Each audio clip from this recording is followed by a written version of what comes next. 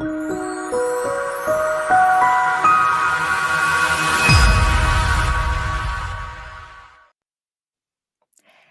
we are live. Welcome to Travel Insights, powered by the leading travel and tourism daily news portal, TravelDailyNews.com, International Edition.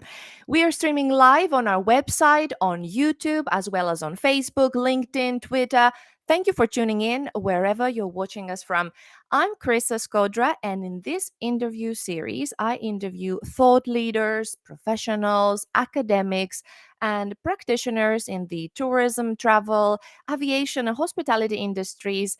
And those inspiring thought leaders are sharing their unique insights and expertise with me and with you out there listening. Today, I have the great pleasure to welcome Mrs. Sarah Markey-Hamm. Welcome, Sarah. Welcome. Thank you. Sarah, you're joining us live from Australia. Is that right? I am from sunny Melbourne, but it's not too sunny today. And greetings from sunny Finland. Sarah Markey-Hamm is the IAPCO president and CEO of ICMS. IAPCO is the International Association of Professional Congress Organizers, Professional PCOs, PCOs, and a nonprofit organization that certifies the professional organizers, the companies that qualify for membership in their very strict quality standards. And you are new in this role, but you have a vast experience in the meetings and events industry. You often, you're a sought after keynote speaker. You regularly speak at different industry panels. So I'm very happy to have you here to get your insights and your expertise in today's topic. Today, we'll discuss with Sarah the future of business events. I know you don't like the title MICE industry.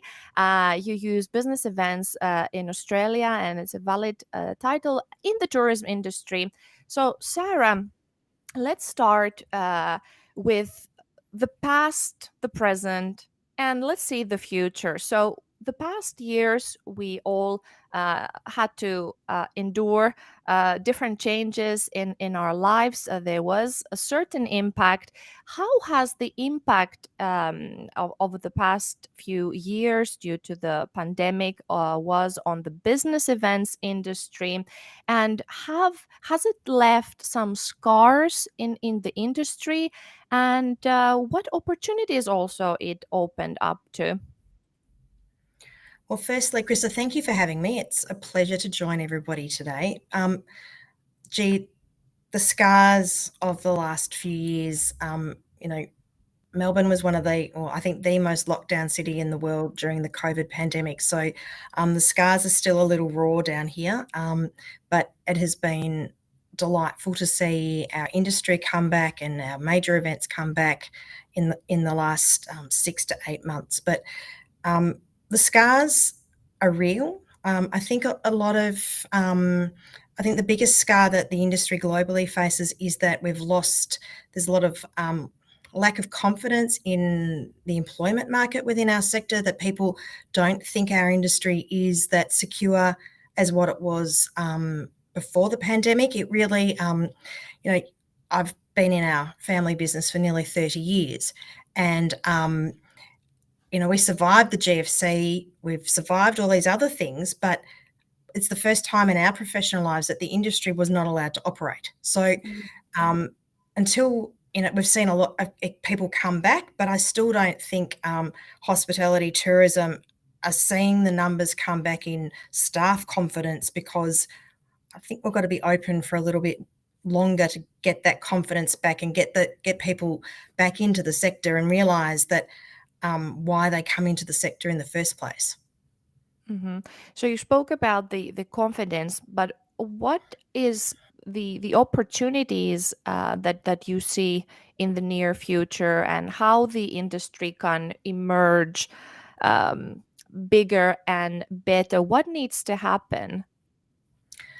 Well, I think a lot of what has to happen, especially in our part of the world, is our immigration to come back.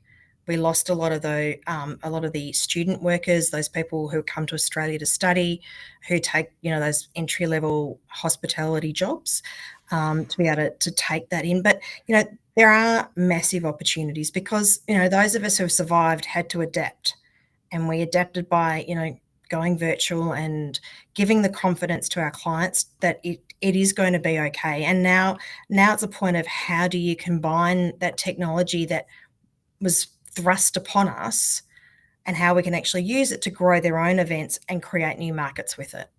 Mm-hmm.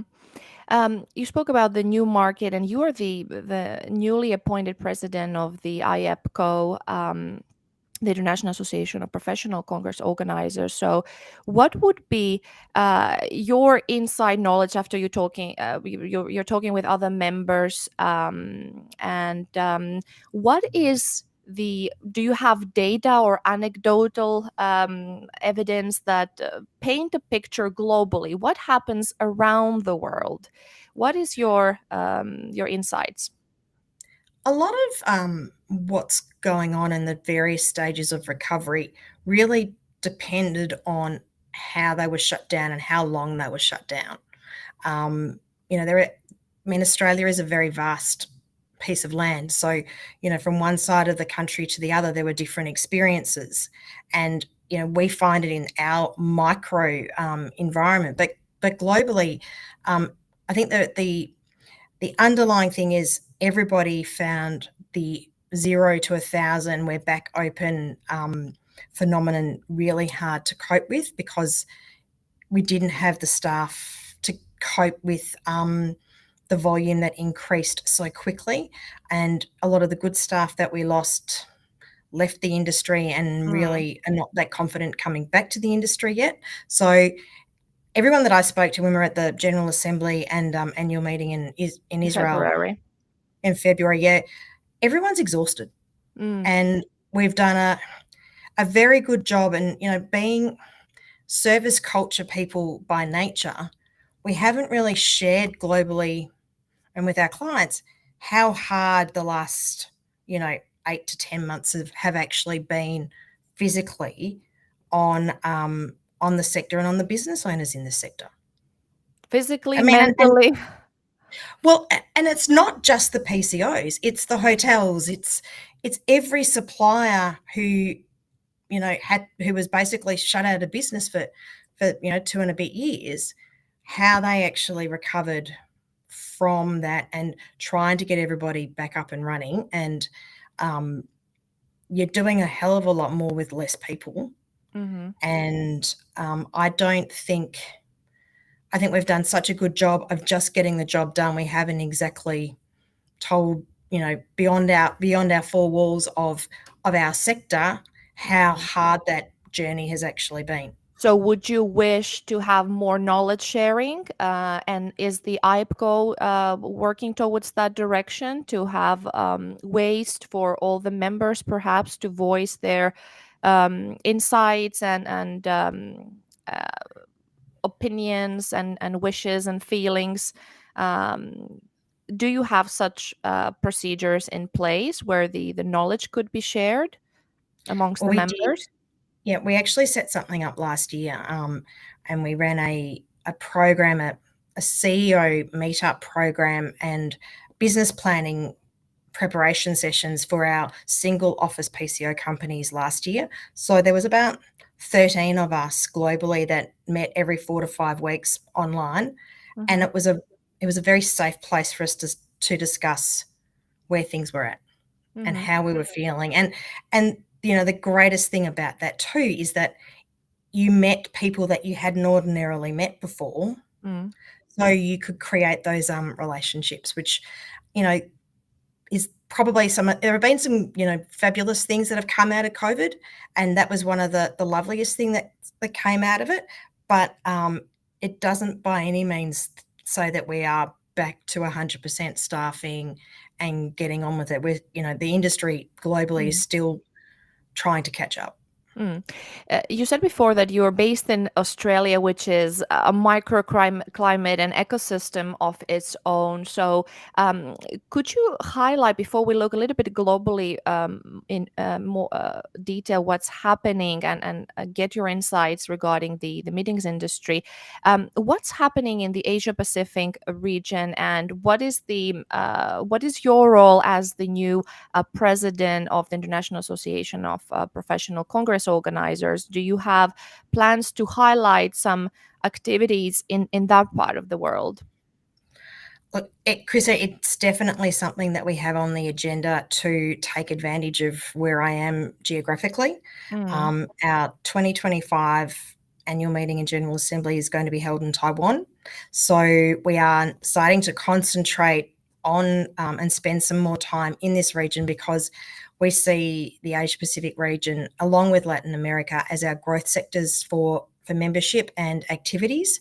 To the point where we want to be more involved with trade shows like AIM and what's going on in central, in the Southeast Asia area, because Australia and New Zealand, we're part of Asia Pacific, but we're still 7 or 8 hours away by plane to get into Asia. So we kind of, it's almost like this Venn diagram of the Asian countries, Australia, New Zealand, and we have this crossover in the middle. So The intersection. there is, yeah, and it's great. We've got 3 council members that are now part of based in the region, which I think is fantastic, that we need to I think this is also a capitalise. very symbolic move, and your appointment just signifies the importance, and as you said, the belief that the growth markets are there. So, what if we talk about Southeast Asia as generally a rising star in the development race for investments, infrastructure, business, and of course business events as well? What is the role of the business events as you see it in Southeast Asia, and if we think about also the European market, what are your insights? We also have to just to as I told you prior, that we are very strong in traveldailynews.com. We have a lot of readers watching us perhaps out there at the moment from the Southeast Asia, and of course the dedicated news portal traveldailynews.asia website. So I would like to hear your insights as well. I mean, it is. I think now that Asia's coming back as well. I mean, I was up in Kuala Lumpur last year, doing an event with MySeb, but we are. It's definitely on its way back. I think the confidence is getting back, and the role of IAPCO too is to ensure about the standards of the services being delivered by our members within. It doesn't matter where they are, but from the member services to our clients, so that there is that surety. And we have this global network that is such a special thing, because it's not a very large organisation as far as actual member companies, but our reach is phenomenal. And we're excited to get back into running our education programs in the Asian area. We just did one in Japan recently, and we're planning for a lot more activity in the region to actually bring the education to a wider network. I know that education is very important, or plays an important role in the IPCO activities. It ties up, of course, very well with the professionalism and the quality assurance that the association wants to secure. How those high standards that you wish to for all the members to achieve, how are they measured and benchmarked? Well, what happens when you want to become an IAPCO member is it's not just a sign a form and pay your money process. You actually have to go through a series of checks and balances within the process, and that starts off where you have to put a list of international conferences that you've managed over a certain size and complexity.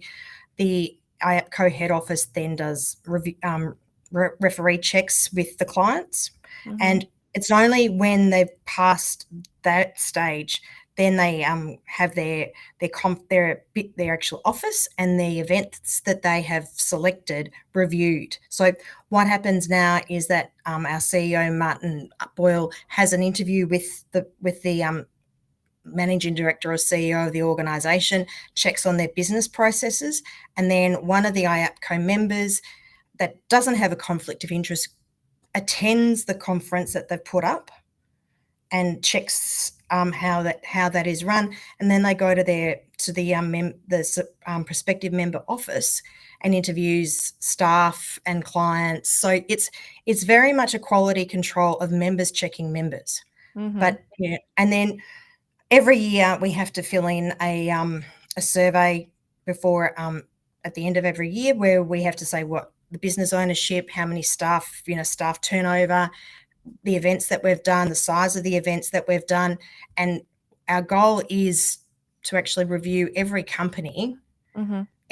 every 5 years. So everybody gets checked constantly. And that's at the moment done by our volunteer quality committee. So it's still that process of members upholding the standards and protecting the brand that is IAPCO. Right. And today we're talking about the future of business events in tourism industry. And I would like to ask you about the role of IAPCO in the MICE destination development, and also how do you see and envision the synergy between all the key players and stakeholders in this very complex environment and whole ecosystem, if we talk about business events and business events travel, in order to get and maximizing the impact and achieve all the goals set, and how to make this happen. What do you see as how the future should be in order for the win-win-win situation to happen? Look, it really is a team effort between all the interested parties. So you rely on your convention bureaus or DMOs to, almost start to identify where the opportunities are, and also for governments. I mean, a lot of what happens in Australia, and I'm sure it happens in other jurisdictions, that the government, we look for conferences or business events that sit with the government key priorities, that we have talent in our area that they want to either create new relationships or demonstrate our capabilities globally. And that's where that starts. And then the next thing, you're then talking about convention centres and how they fit in, and looking at the IAPCO PCO to then become a partner with that team to be able to put the best business case forward to be able to win the bid. Mm-hmm. And this is where also, relationships and allegiances such as the Best Cities Network, that also helps with those relationships to be able to build on that knowledge and then, carry one conference to another in a different region so that we get that global coverage. Mm. You talked about the DMO. So for those out there listening and working in tourism bureaus and destination management organizations, if they come from a destination that it's not predominantly or well known as a very attractive business event destination, but they want to become one. So, what advice would you give for them to promote the business events travel at their destination? What actions should they take to enhance that image and sort of put themselves on the map? What efforts should they undertake? Nothing speaks louder to people than experience, and actually experiencing the destinations. And to my mind, it's having that investment in either getting involved with IAPCO and hosting one of the programs, because DMOs and convention bureaus can actually host their own education program that IAPCO will help put on, and they can invite their own participants, or they could get involved with sponsoring and hosting a council meeting, because then that way you're getting 9 people who have enormous reach, either within their own organisations or with their own social media following and their social media following, to then demonstrate how good their city is at business events. Right. So learning by doing, networking. Totally. And it's a very old cliche, but we are a relationship business. And, anybody who comes to a PCO or an association expecting to convert business within one meeting, they're dreaming. To be honest, it takes, you've got to build trust, and it has got to be that persistence pays with that, with that communication, knowing who there are. And there's a really good book that I've been listening to about givers and takers, and you have to, there's part of that whole concept in the relationship building that you give. And even though the people who are more takers will have an immediate win, it's the givers that win in the longer term. What is the title of the book? I knew you were going to ask me that, and I can't remember. We can write it, find it out later, and put it in the comments below.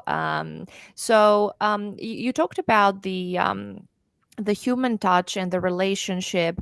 I would like to ask you at this point, what is your take on innovation and emerging technologies, and how they impact, in your opinion, and your expert opinion, the contemporary meetings and business events, meetings industry? What is the importance that you see? Do you see it as an opportunity, as a threat? What is your take? And I know I've read from the IAPCO website, the former president has written about the digital first versus consumer first philosophy. Is there a balance between the two, or what are the right proportions? And I would like to hear from you. What is your take? I'm a self-confessed geek. I love technology, but I'm also one of these people that it can't be the technology for the sake of technology, and the new gadget for the sake of having a new gadget. It has to work. And there's one thing that not being able to see people in real life has reinforced, is that power of person-to-person connection in the room has not disappeared.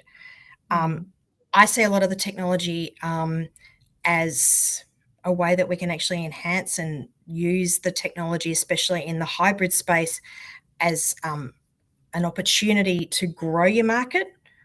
And, especially for places like Australia, where we are so far away, and even within our own country, we're so far away, that by offering a hybrid component for some of the conferences actually extends the reach. So you go ahead. Yeah. Maybe we have some delay in the sound, but Sarah, I wanted to ask you. You talked about the hybrid event. So you do believe that they add value, they're here to stay, right? Look, I think so. I think there's going to be a component in hybrid. The biggest obstacle at the moment is the cost of hybrid, and if we can get it done in a way where it's the cost and getting the benefit of people having access to the content. It's all about what you do with the content, not only during the conference, but after the conference, and creating those opportunities of repurposing and repackaging the content, especially if you've got a conference that is on every 2 years. It gives you a great opportunity to be able to, splice and dice a few things and keep using it as a marketing opportunity and, a pie growth for your organization. And Sarah, I see there in the window behind you, I'm not sure if I mentioned, but you are the ICMS as well. Is it the president? The CEO? CEO. The CEO, yes, here it is. So tell us a little bit about the ICMS, which is also a member of the IAPCO for 20 plus years already. So can you briefly touch upon you're wearing many hats, so. Many hats, yes. My ICMS hat has been something I was literally born with, because this is our family's business. And I have been in the family business for nearly 30 years this year. We are a full-service professional conference organiser, working with many association and corporate clients to basically set up their agendas and manage their conferences and bring things into life with some, creativity and some expertise about what we can do and how we can actually shape their programs for them. You spoke about creativity and your many years of expertise. What advice could you give in a nutshell for people listening out there who are professionals, perhaps they don't have that vast experience, but in a nutshell, how would you encapsulate your many years of experience for those professionals in the industry? Look, it's my advice to a lot of people when you've got to spend a lot of time listening and watching. And when you realize that what you can learn from your various clients in various different sectors and exposure to different things makes you a better conference manager, makes you a better advisor and consultant to your clients, because you actually can pick up the nuances. And the other thing too is you've got to read widely and understand different sectors and how you can better communicate with people, because we are in the communication business. It's communications and relationships and how those are developed and how you can assist your clients to actually grow their organisation, grow their impact within their local and global communities. And I think that's a really important thing about how we can actually create some advocacy for these organisations internally and externally. And by internally I mean within their own industry sector or in their own bubble, but externally is into the greater environment of the global news stage. Great way to finish this interview. Thank you, Sarah. Sarah Markey-Hamm, the IAPCO president and the CEO of the family business ICMS, was here with me today, touching upon the future business events, the tourism industry. It's a vast topic. We gave some insights, I hope, and from Sarah's mouth, from that side of the world, with her also international expertise and also the local expertise in your region. I would like to thank you, Sarah. Have a nice rest of the day in Australia. Thank you, Chris, and you too. Thank you. Is there anything else you would like to add?